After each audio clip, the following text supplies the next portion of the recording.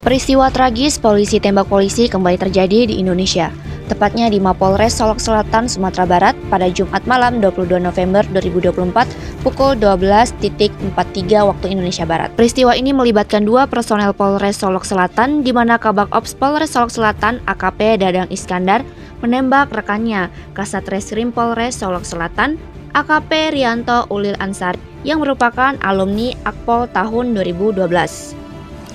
Rekaman CCTV menunjukkan AKP Dadang Iskandar mengikuti AKP Rianto Ulil Ansari menuju ke parkiran saat korban hendak mengambil handphone di mobil.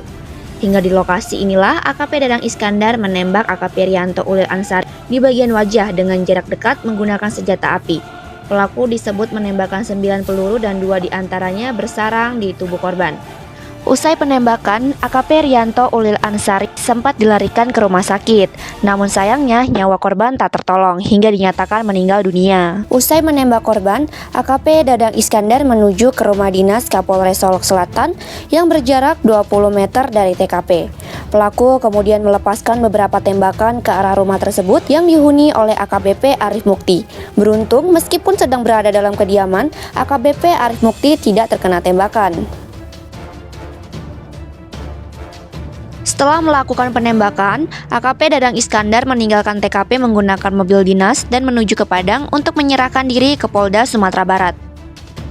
Motif penembakan yang dilakukan oleh AKP Dadang Iskandar disampaikan oleh Kapolda Sumatera Barat, Irjen Suharyono. Berdasarkan pengakuannya di Polda Sumatera Barat, AKP Dadang mengaku kecewa besar karena permintaannya agar rekannya, seorang pengusaha tambang ilegal galian C, dibebaskan, tidak mendapat respon oleh AKP Rianto Ulil Ansari.